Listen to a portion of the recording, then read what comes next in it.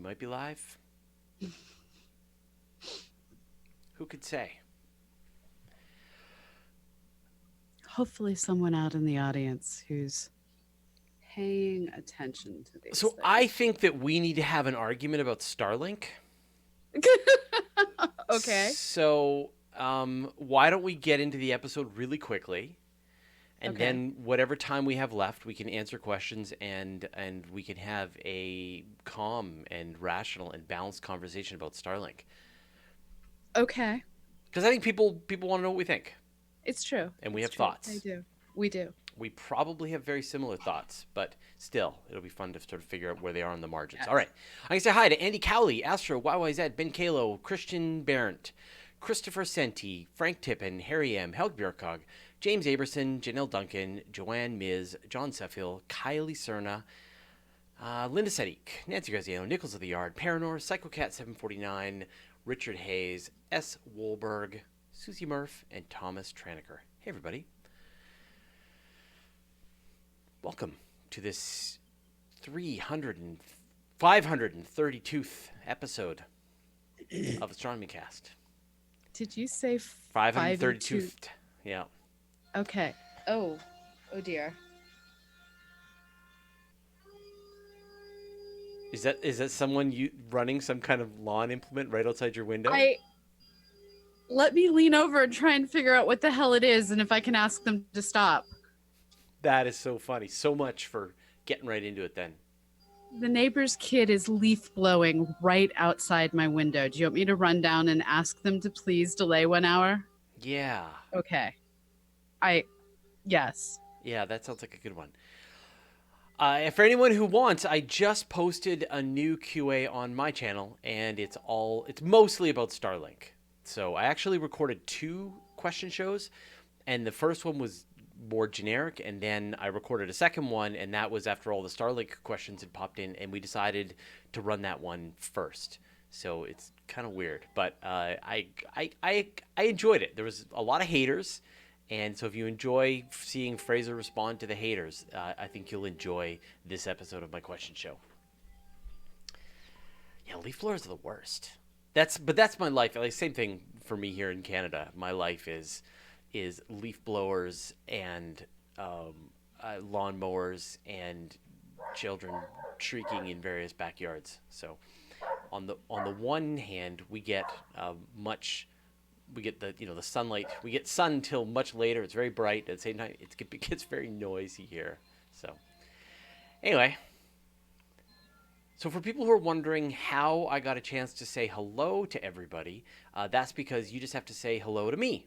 So wherever you, when you pop in, or hello to us. So when you start watching the live stream, within the first minute or so, just say hi, and then I'll see your name, and I'll be able to say hi back. I know the dogs are going crazy.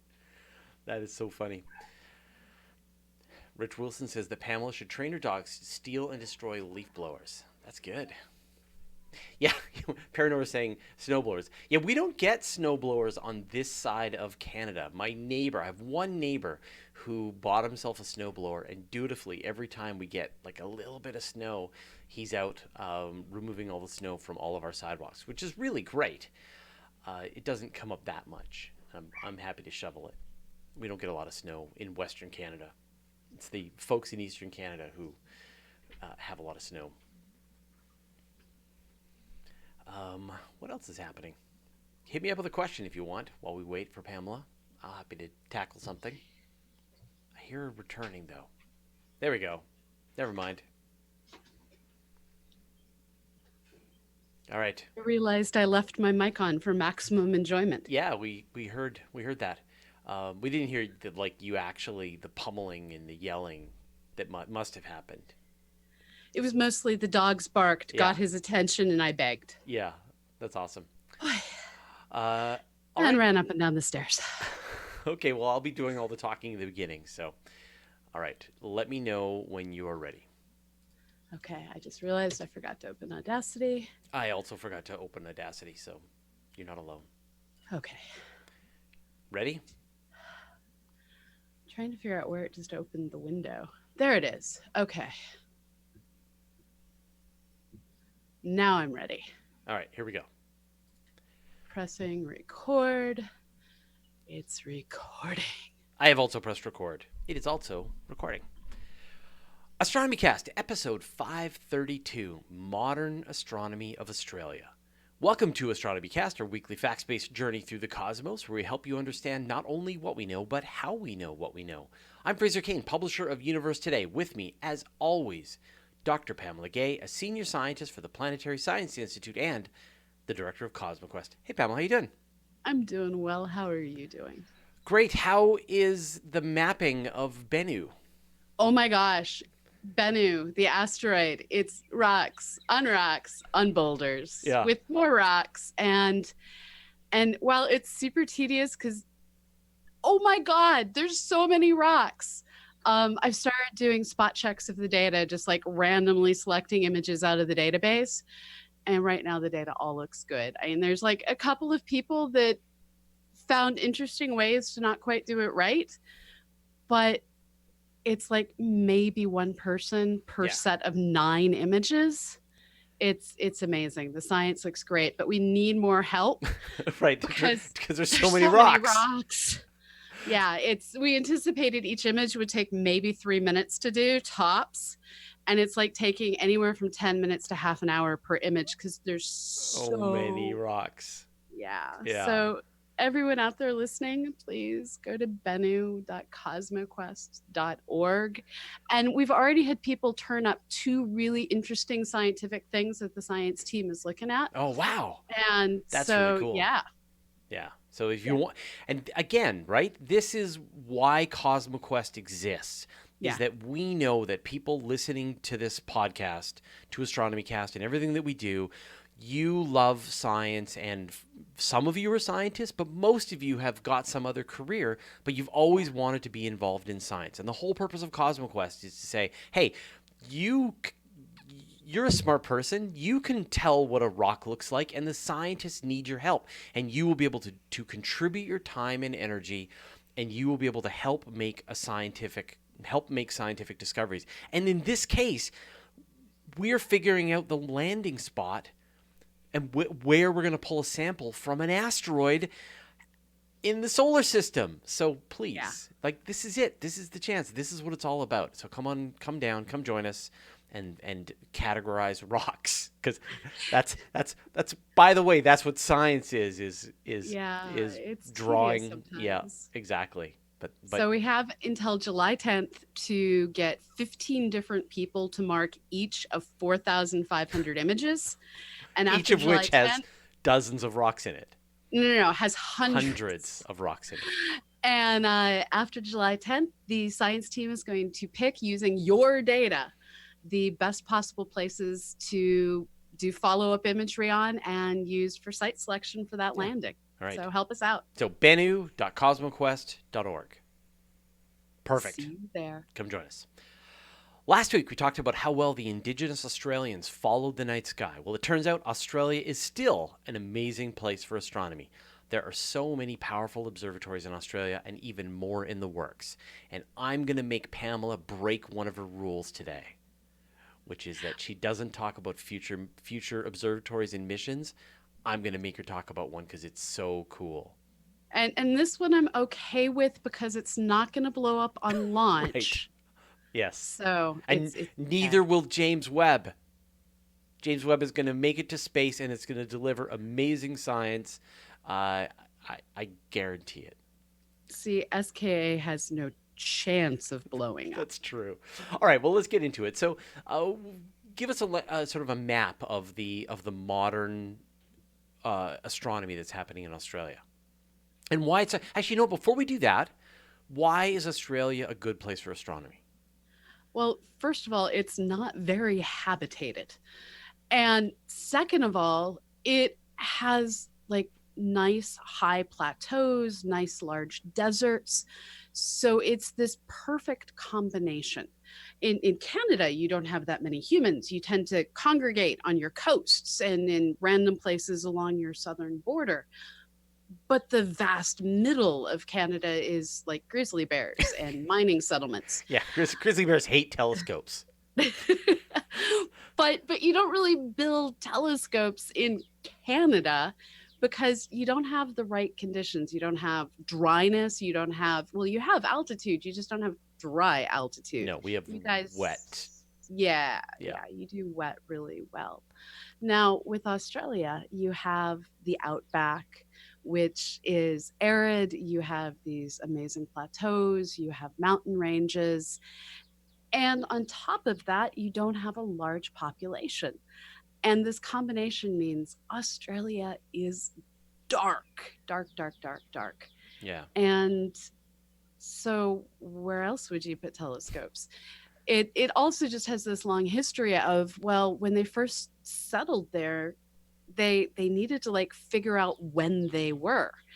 And that is a really weird phrase, when they were, but they didn't actually know precisely what time it was relative to like London until they had really accurate measurements of the stars. And that was necessary to keep their time coordinated. So they figured out where they were, they figured out when they were. And Sydney Observatory was one of those places that was relied on for mapping the southern hemisphere and for determining their place in, well, space and time. And again, I mentioned this last week, and I'll mention it again. Having personal experience with Australia and with the dark skies of Canada, both I can get away from the light pollution, and the skies in Australia, they just it does. There's no comparison. Like it's because here we get the Milky Way down at the horizon. And in Australia, the Milky Way just goes right overhead, and it is just an absolutely stunning experience. So, even if you do live in a place with dark skies and not very much light pollution, it's still just next level in Australia. And so when you go there, and this is a everyone out there, I hope going to Australia is on your bucket list. I know not all of us, in fact, most of us will never get the chance to go there. But if you do, good chances you're going to fly into Sydney. And Sydney is home of Sydney Observatory. It's this amazing historic facility. It's up in a park looking out over the harbor. Go visit Sydney Observatory and see the careful tools they had for astronomers to lay back and look up and use setting circles to map out the sky. Their transit telescope really helped them figure out just what all is up there from this completely new perspective that so many of them gained when they moved willingly or unwillingly to this new continent. You have a really happy bird behind. I do. I do. There's going to be a happy bird in this episode. Sorry about that, everyone. I can hear that. Spring. And I'm sure, do you know what kind of bird that is? I'm sure someone listening will tell us what it is, but I don't know. I have no idea. It's not a cardinal and it's not a chickadee. I know that. All right. Okay, so, but I mean, many cities have one of those observatories in them. I mean, we have one in Vancouver, and there's one near in Victoria. I'm sure, and they're like the first observatory that gets set up in any city so that the local astronomers can get together and observe the night sky. You know, the gentlemen astronomers back in the 1800s or whatever, right? Yeah. But more serious observatories have gotten set up in Australia. Yes, not that the Sydney Observatory isn't a serious observatory, but there's some big ones that get away from that light pollution. Take advantage of those dry skies. This is true. And Mount Stromlo Observatory was built in the 1920s, the same time that so many of the great observatories here in the United States and up in Canada started to be built. There was really a flourishing of larger telescopes during this era. And Mount Stromlo was where they built some of their first big observatories. And it has gone on since then to do modern astronomy. It was part of the MACHO project, which was a project to look out at the Magellanic Clouds night after night after night and look for foreground objects in our own Milky Way galaxy passing in front of those background stars in the Magellanic Clouds and through gravity, magnifying the light, gravitationally microlensing the light of those background stars. And the Macho project was part of how we realized, yeah, dark matter is really small stuff and not just a whole bunch of dark stars in our own galaxy. And so we had the Macho Project. We had Brian Schmidt organized the High Z Supernova Search team there. And it was where the Anglo-Australian Observatory, a 3.9-meter telescope, was built. Um, Unfortunately, Mount Stromlo, outside of the city of Canberra, um, was mostly destroyed in 2003 by brush fires. And Yeah. this is a problem that has plagued many of the observatories here in the United States and in Australia as well. And one of the things that is much more terrible in Australia is eucalyptus trees are essentially uh, giant trees of explosive oil waiting to, Right. well, explode. And Yeah, so I remember that. I yeah, mean, I had been doing Universe Today for about 3 years when that fire happened, and so I was covering it. I was covering that the fires were approaching, and then it really yeah, seemed like Mount Stromlo was going to get hit, and then it did, and then beautiful. I think they had like a 50-inch telescope that got completely destroyed. Like the place was really devastated. But yeah. I mean, is it the same situation as some of the Kitt Peak and these places in the U.S. and these places in South America where you've got multiple observatories set up, multiple telescopes? It's not just one big telescope, right? No, no. So there was the 50-inch Melbourne Observatory, which you mentioned, which was the historic observatory that was destroyed. The director's house was destroyed. There's a whole variety of different instrumentation buildings. Luckily, they had just shipped a major instrument they had completed, so it was saved. Um, but there is telescope after telescope after telescope up there, and some of them survived, most of them didn't. And they've been working to bit by bit rebuild the facility. And today there are about 45 researchers up on the mountain continuing to work there, continuing to work on building massive instrumentation, doing survey work. But it's not the facility that it used to be. Fires have devastating effects. And I mean, we went through this again with the Siding Spring fires, but that didn't have Right. as scary an outcome. No, so Siding Springs Observatory is a different facility. It is further north, still on the east coast of Australia. It's another optical facility. This is one that has dome after dome after dome. If you can imagine in your mind, like Kitt Peak National Observatory, uh, the Mauna Kea facilities down in Hawaii, this is Siding Springs is another one of these facilities that just has domes as far Yeah. as the eye can see. The Eye Telescope project has some of their rentoscopes up at Siding Springs, and they again had a forest fire, and luckily they didn't lose any of their major facilities, but there was damage to the observatory in the process. Yeah, I'm seeing there's over 60 telescopes on site. Yeah, So it it's is telescopes as far as yeah. the eye can Yeah, see. it is just they are just everywhere. And so this is the problem, right? I mean, for what Australia does have it with its dryness and its being away from the light pollution, it doesn't have much altitude. Like the highest you could summit the highest mountain on Australia with not a lot of work. It's a day hike. Yeah. Um, But and Australia is really old, which means the mountains have all shrunk. right, right. But To, it to just means have that they don't tall have a lot of mountains. places, right? They don't have a lot of Right. good places to put big telescopes at the top of to get above that stupid atmosphere. And Yeah. then they have them with Mauna Kea, and they have it with all of the mountains in Chile, and with the stuff with the mountains that are in the U.S. in the Southwest. But in Australia, they just don't have a lot of choices, and so this is like the best spot, and so all the telescopes are put there. Yeah. And yeah, it that's really all you can say is they put all the telescopes there. Their biggest one is, of course, the Anglo-Australian Telescope.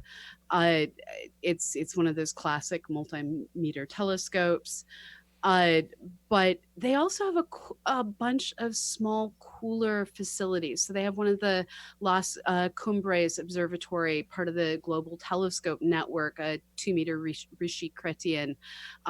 They have one of the telescopes that is busy doing microlensing studies for Korea. They have a Star Mapper telescope. They have a scope that's getting used by Michael Brown's team as part of the survey for Planet 9. If it is optical astronomy in Australia, there's a really good chance it's getting done at Siding Springs Observatory. So those are the main visual astronomy sites. Yeah, optical astronomy sites. But and I think, when it comes to optical, like, because you've got such a powerhouse in Chile, you've got this the perfect place for astronomy for the Southern Hemisphere. That takes a lot of the pressure off the need to build big telescopes in Australia, and so you just don't see them as in demand. It's nice to have some local science, nice to have a view to the sky when it's daytime in Chile, but still, you're not going to be able to really compete with the skies that they've got in Chile, except for maybe going to Antarctica. And this is where you see Siding Springs and Mount Stromlo are basically university observatories or places that have rentoscopes and small projects, but they're not the massive multinational collaborations for these optical telescopes. And I'm just going to keep saying that word until we switch topics. Optical. Okay, you want to talk about radio telescopes, don't you? Yeah. All right. So Australia really has defined itself as one of the leaders in radio astronomy. And one of the cool things that a lot of people probably don't know is Wi-Fi, which is how I'm able to talk to you right now, because I'm a bad human and I'm streaming over Wi-Fi. The reason that we have Wi-Fi is because folks working on radio astronomy down in Australia figured out how to do the encoding and unencoding that is necessary to push signal out over a Wi-Fi and have multiple computers all hooked up to the same system. That was radio astronomy. Yeah. Thank you, radio astronomy. Yeah, thank you, radio astronomers. And so Australia has, for what feels like since the earliest days in radio astronomy, been one of the global leaders. They have, of course, the famous Parkes Observatory. Parkes it's in New South Wales. Again, it's on the east coast of Australia, because really everything for the most part is on the east coast of Australia. And this is the facility where they caught the signal from the Apollo missions. The Apollo 11 broadcast was brought to you by a radio telescope that is one of the coolest looking observatory buildings out there. A lot of the historic observatories have several buildings below the telescope that are workshops, dormitories. The astronomers literally lived and worked beneath their telescopes. And with the optical systems, they just have the top floor is where the behemoth telescope is with the dome on top. Well, with Parkes, you have this 3-story base with this massive 64-meter dish sprouting out of the top of this 3-story brick building. And it is just architecturally, to me, the coolest telescope out there. And this is the point where we probably need to mention The Dish, which is a great movie about what it took to be able to get the Parkes Observatory involved in the Apollo landings. That essentially, when Apollo was happening, that was one of the few observatories, radio dishes, that was able to actually receive the signal that was being sent back by the Apollo astronauts. And And so they were the ones responsible for bringing that signal back and then being able to retransmit it so that people could watch the moon landings live. And so it's just this, when you think about it, right? The Americans sent a spacecraft to the moon. They transmitted the signal. A gigantic radio telescope in Australia picked up that signal and retransmitted it so that people around the world could watch the first human being set foot on the moon. And so this facility was built back in 1961, and it's part of this amazing network of radio dishes that they bring together all across Australia. So there's also the Australian Telescope Compact Array, which is an array of 6 identical 22-meter telescopes that they use very much like we use the VLA. They're all on their own railroad tracks. They can get moved around. They can reconfigure the network. And so you have that telescope. You also have I'm going to say this wrong, the Murchison Radio Astronomy Observatory, which was founded out in 2009. Here we actually have a facility that is in the utterly empty western coast of Australia. And just looking all across Australia, you see these networks of radio facilities that all get networked together to be able to do some of the best radio astronomy in the world. And this is why some of the best radio astronomers in the world are Australians who have since then rearranged themselves to other parts Right. of the planet. And then, I mean, I think it's important to also mention that NASA has one chunk of its deep space network. Now, we did a whole episode on the deep space network, but they are essentially gigantic radio telescopes that can transmit and receive, and they provide the coverage when that part of the hemisphere is the only one that's able to see a spacecraft. And so over and over, you see dish after dish pulling together as part of the Australian Telescope National Facility, as well as you have Pathfinder projects for the Square Kilometre Array, which I know you're biting to talk about, as well as these additional dishes like the Canterbury installation for the Deep Space Network. All right, let's talk about the Square Kilometre Array. So the Square Kilometre Array is one of those projects that I have to admit, when I was prepping for this show, I was like, oh, I didn't know that they aren't even really going to start building until 2020, because they've been talking about this project for so long. It is an 11-nation collaboration where the idea is to build a network of telescopes that their collecting area adds up to 1 square kilometer. And so just to sort of interrupt here for a second. So like we've talked about, for example, the Event Horizon Telescope, right? Where you've got all of these telescopes around the world and they are acting as an interferometer. They are merging their signals together and they are acting like a telescope that with a baseline as big as the Earth. In other words, but the baseline does not provide the resolution, does not provide the sensitivity. You need surface area, lots and lots and lots of surface area. And so if you add up all of the separate telescopes together, the one in the South Pole and the one in Greenland and the one in, you've only got a few 100 square meters total. And this is here. It's ridiculous.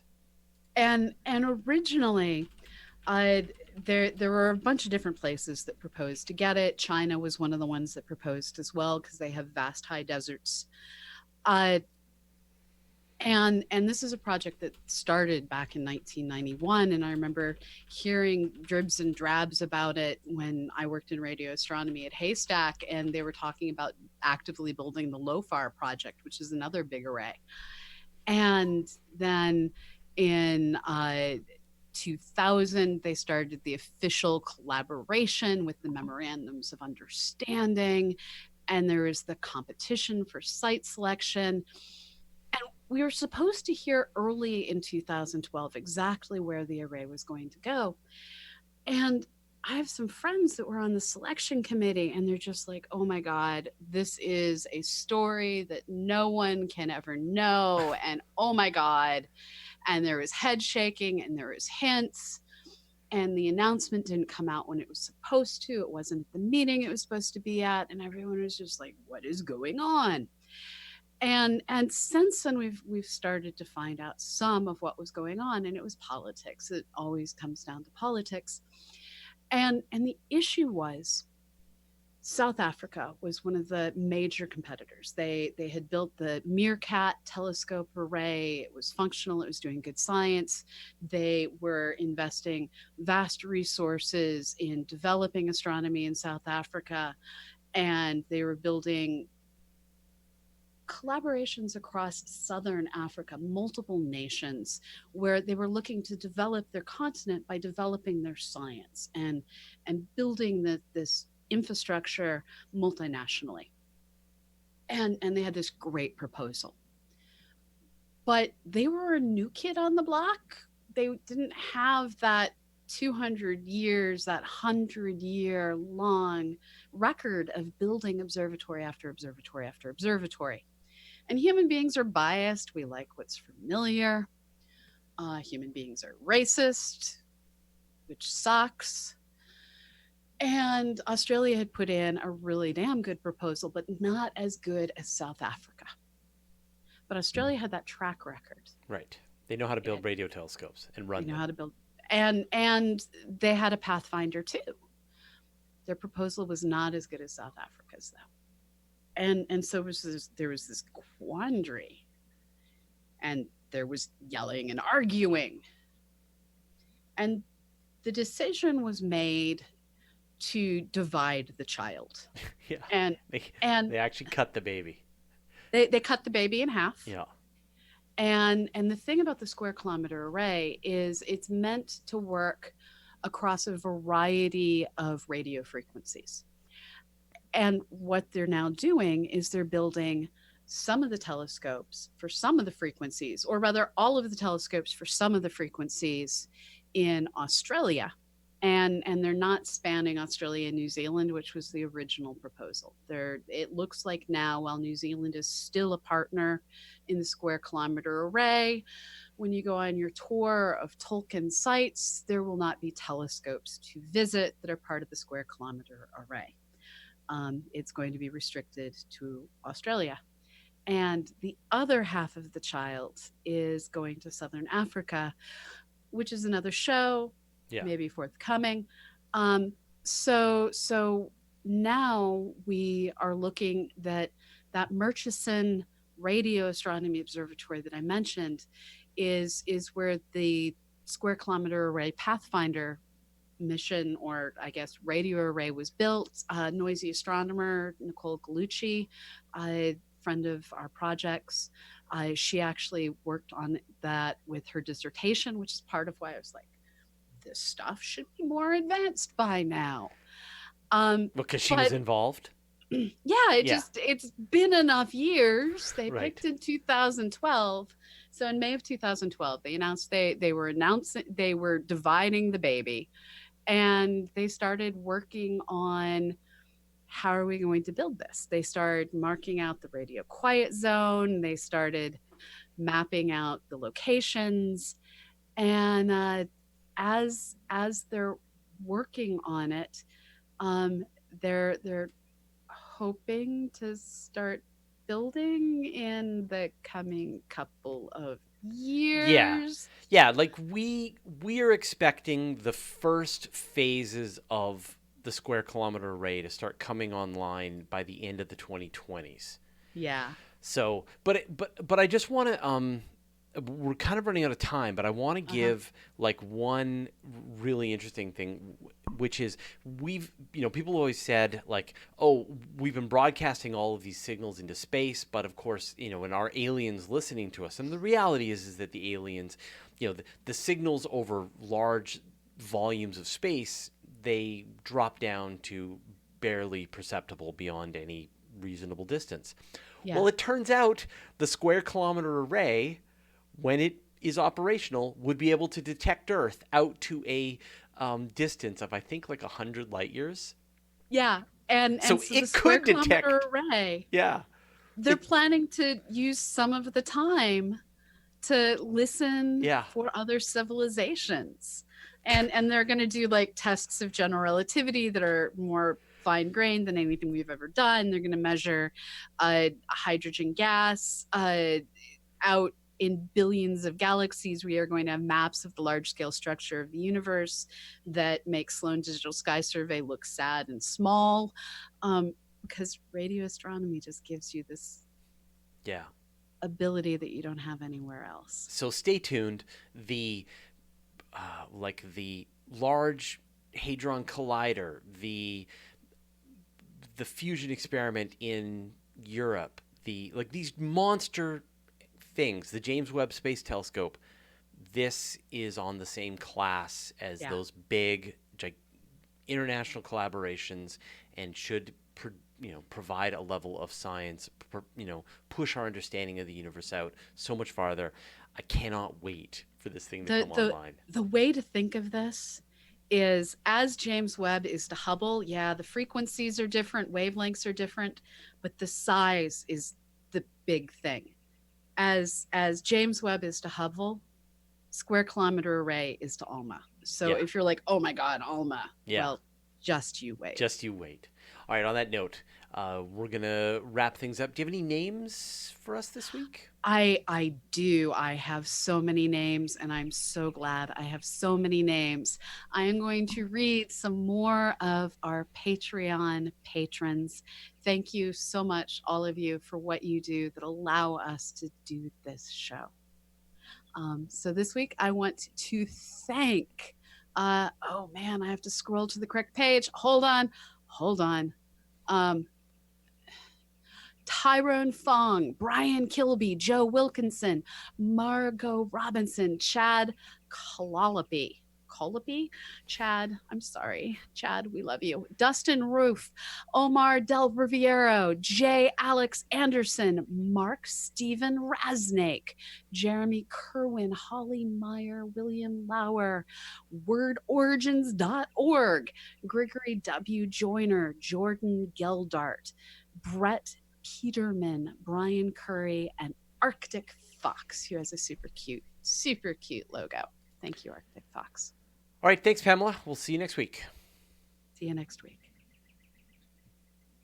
Done. Save. Yep.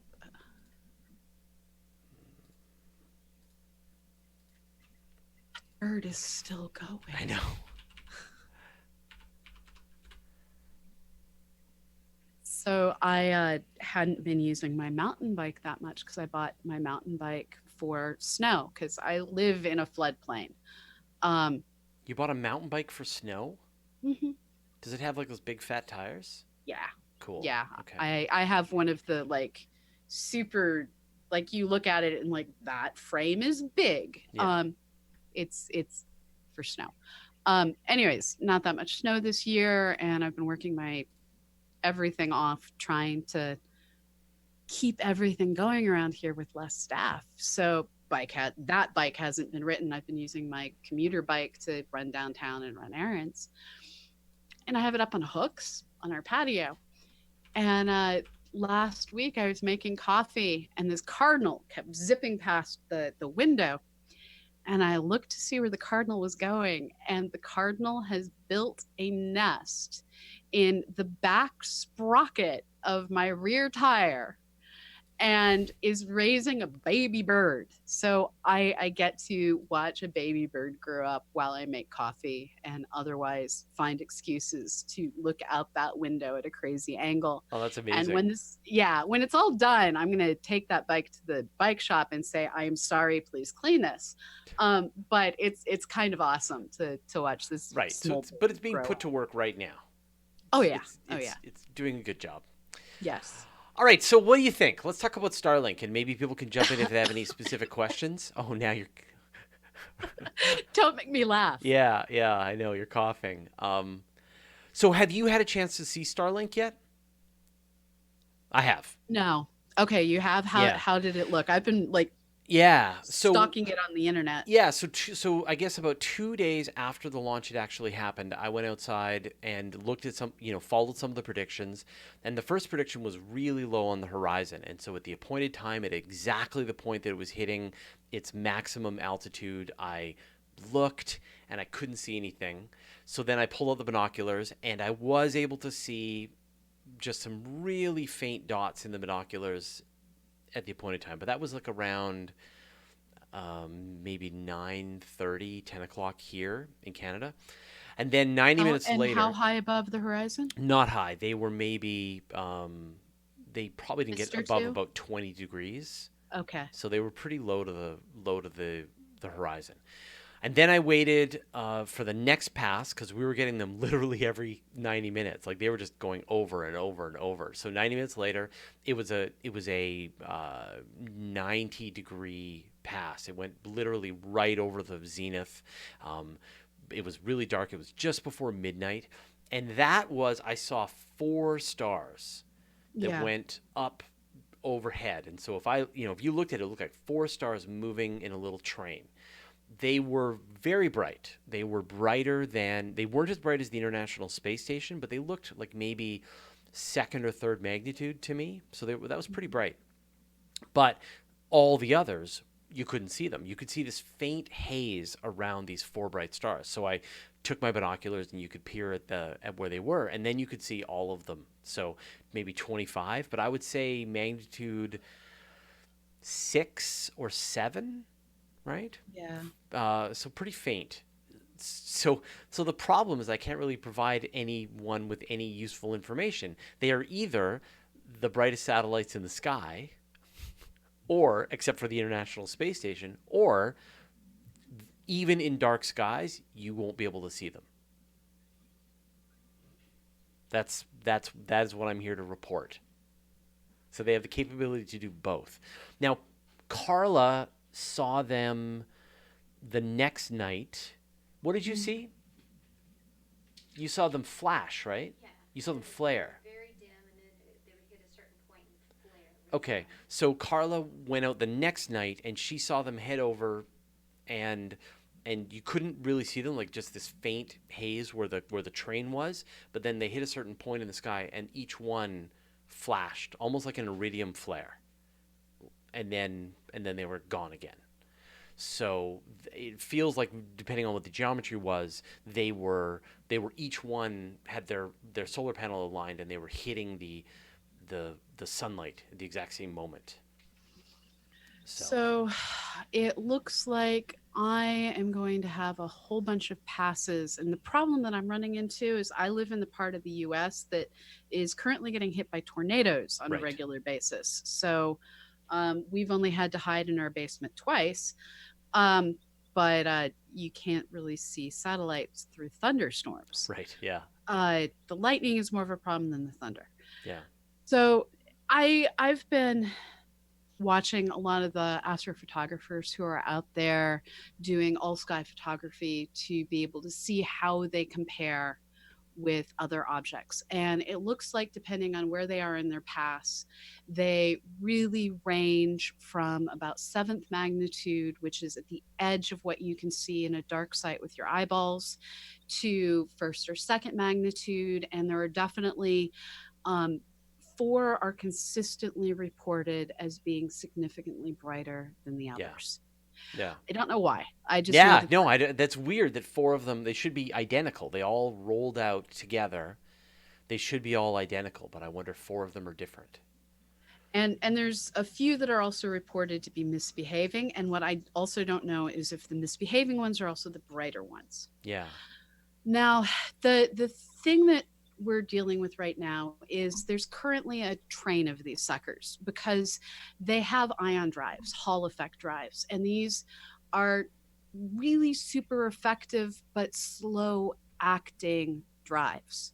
So over the coming days, weeks, months, this current train of satellites are going to adjust themselves into a constellation distributed around the world. And this is just the first 60 Mm-hmm. of what is going to eventually be thousands of satellites.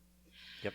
And it is currently thought that at any given moment, there will be as many visually bright Starlink satellites in the sky as there are visually distinct stars in the sky over any given site when Starlink is complete. And that is overwhelming to think about. Yeah, but I mean, we're still going to have to wait for the actual final situation, and there's sort of two parts to this, right? One is that for the vast majority of the planet, they move into shadow. So you're going to see them down at the horizons as bright, and then they're going to move into shadow, and then you're not going to be able to see them, except for northern places like us here in Canada, then and southern places like New Zealand. Yeah, exactly. Southern places like New Zealand, when for us in the summer and for them in the winter,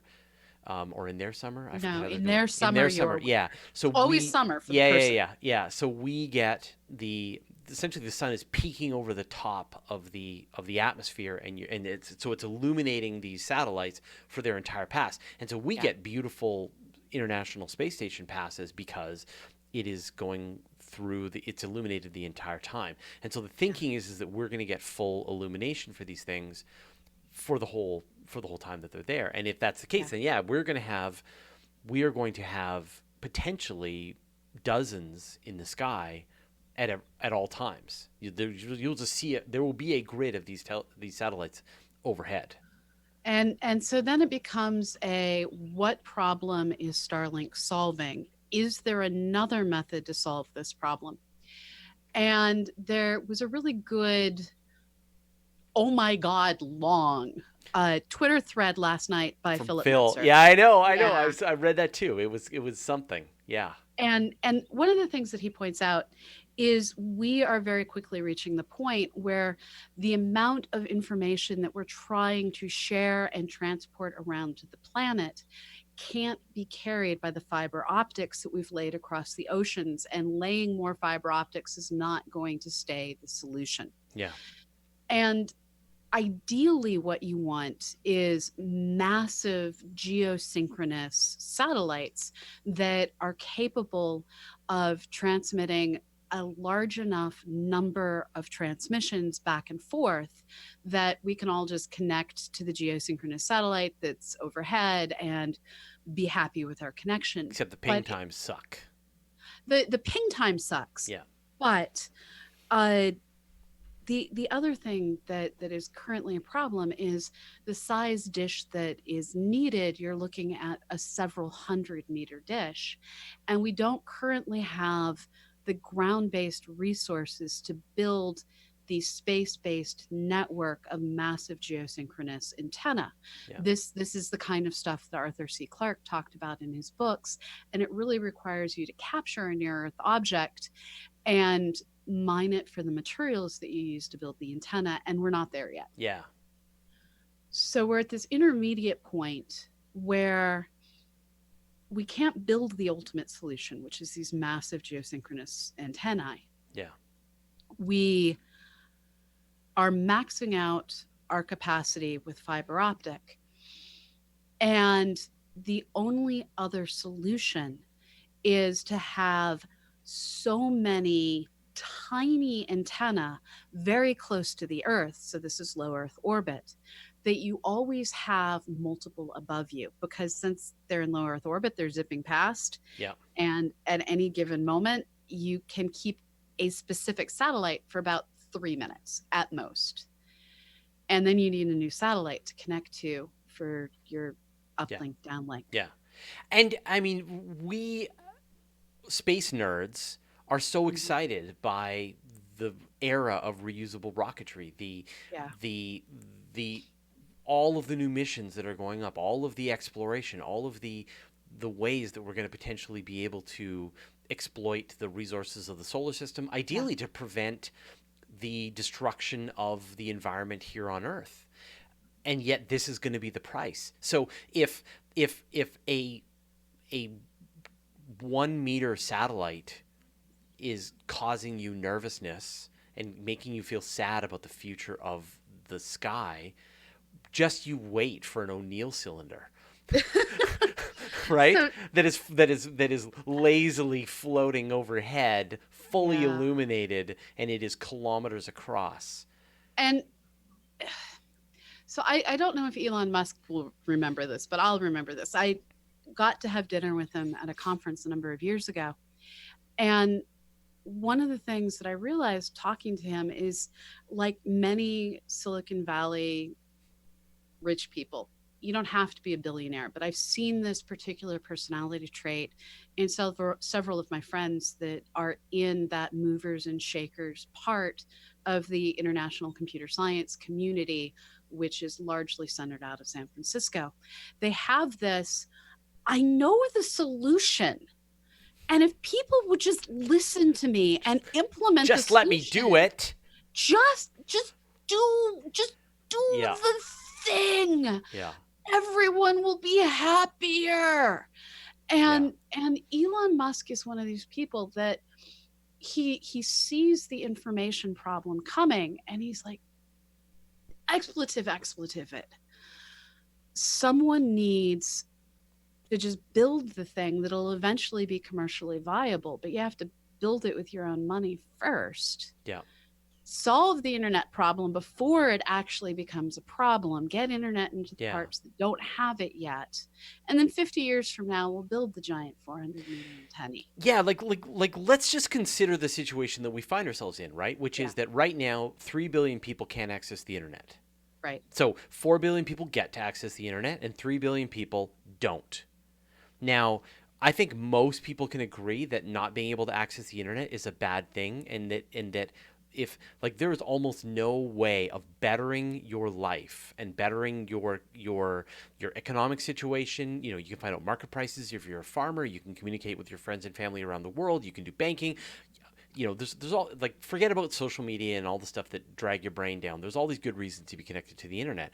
And so then if you're going to connect everyone to the internet, if that is a good thing, then what is the method that you choose to do it? If you're going to lay fiber, if you're going to dig under, if you're going to lay down undersea cables through fragile marine ecosystems, if you're going to dig up forests to be able to lay down fiber optic cables, if you're going to build obnoxious 5G towers every couple of kilometers and they're going to be eyesores in all directions, what do you want? What's it going to be? What's the solution, right? And or is it going to be that we're going to have to have these things in the night sky?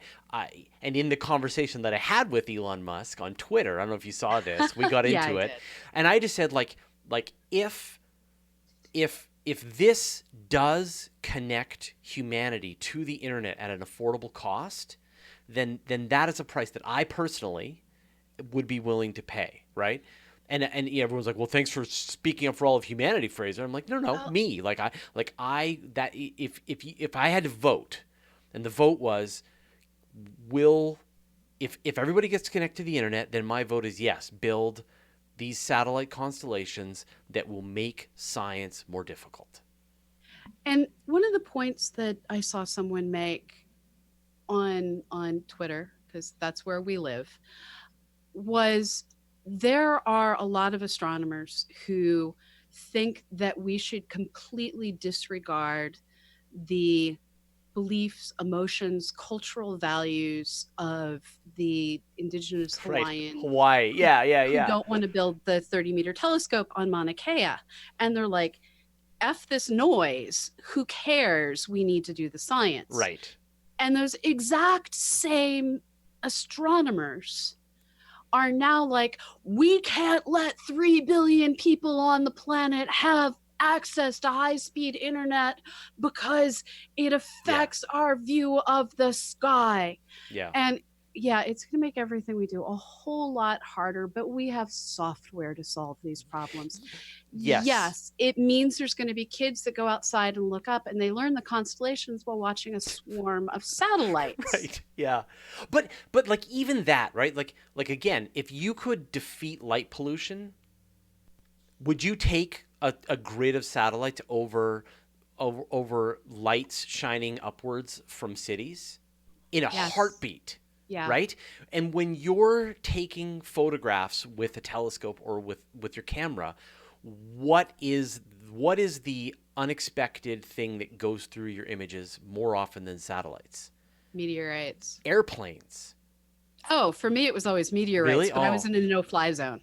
Oh, okay. All right. Well, a lot of the national observatories are no-fly zones. Yeah, exactly. And so that's exactly it, that the various telescopes, the airplanes route around them so that they don't ruin their images. But for the regular astronomers, astrophotographers, you've got airplanes going through your pictures all the time. You throw that frame out. You min-max rejection. Yes. You stack all of your images and you subtract. My dog knows I'm getting emotional. Yeah. And so, for example, the Large Synoptic Survey Telescope, it's believed that it's going to have one Starlink per picture.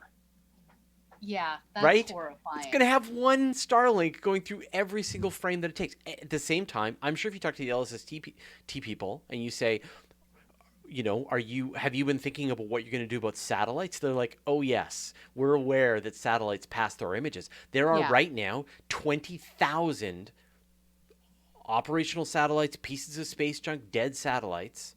The last spacewalk, they dropped 4 different things. Yeah, there are spent boosters, there are dead satellites. Like, it is already a really busy place. And anyone who's spent any time in dark skies, go outside, look up, you will see satellites pass overhead. In the summertime, like I said, we see them all the time. You lie outside, and it's kind of fun to see these satellites go overhead. I have to admit, the first time I was in a truly, truly dark place that wasn't an observatory, it was when I was glacier climbing. And when you're at an observatory, it's like, I'm going to be at the telescope. And so you don't look at the sky enough. Yeah. So I went glacier climbing at one point, and I was sitting up on a boulder just watching the sky rotate. And the first time I saw a satellite with my own eyes and realized what the heck it was I was seeing, that was actually kind of magical. Yeah. So I think the thing that I think is important is I got Elon Musk to agree on the record that the plan is to give affordable internet access to the vast amount of humanity. Yeah. So hopefully that happens, because if it doesn't happen, then we should all be super enraged that they've destroyed our night sky, and that's because a lot of rich people get to have fast internet. If it's not affordable, then it wasn't worth it. Yeah, I agree. And we need to use this to remove the digital divide. Yeah. To create an entire planet of people who can communicate with each other. That dog really loves it. And then the other thing I think is like, if this has done one thing, there's only 60 satellites. It has created such a stink that it has made it really clear that all future constellations, that these are some next level thoughts that the FCC and Amazon has their own constellation plan as well. So it's Bezos versus Musk here, as so often happens. Yeah, and so the FCC is going to have to make a more serious consideration about, maybe the National Science Foundation is going to need to look at these future constellations. National Research Council. Oh, sorry, that's Canada's one. No, isn't that it? No. It's NRC that does the research into it. Yeah, okay. And then NSF implements it. Right, okay. So the National Research Council is going to need to look into and be able to provide judgment. Maybe NASA can, that any future, and they should do research to figure out how to lower the albedo on these spacecraft without making them overheated. And so I think that this has definitely opened up a conversation that it's great to have now, as opposed to when we've got 12,000 satellites. So Right. I think he has already expressed that he's looking to get his team to figure out ways to decrease the albedo. That's all in the right direction. So right now, I'm totally ambivalent. I really want internet, and I really don't want my night sky ruined, and I don't want scientists to have a harder time doing their work. Yeah. And here I think scientists, we have software solutions, it's the amateurs. I'm personally annoyed. The thing that has me personally, well, expletive, is I love to go out and do star trail photography, and star trail photography is going to look really shitty in the future. So take all your star trails now, folks. Right. Take all of them now. Yeah, because it's hard to throw out those frames because you've got to. It will create little drops in your star trails. Yeah. You end up with dotted lines. Art. That is the true price, is art. All right, on that note, I think we've reached the end of our hour. Thanks, everyone, for watching. Thanks, Pamela, for this spirited debate. It turns out we don't really disagree that much. I didn't think we would, but that was fun. And, of course, like everyone, keep the conversation going, and let's sort of make sure that we keep those balanced priorities focused as we move into this space age. Like, this is, man, like, when you think about the Isaac Asimov stories and the Arthur C. Clarke and Ray Bradbury and these people zipping around the solar system, like, this is what they went through, and now we're going through it. This is Clarke's future. This is Clarke's future, and we're living it. Yeah. So, awesome. All right, thanks, everyone. We will see you all next week. I'm going to try shutting it down from over here.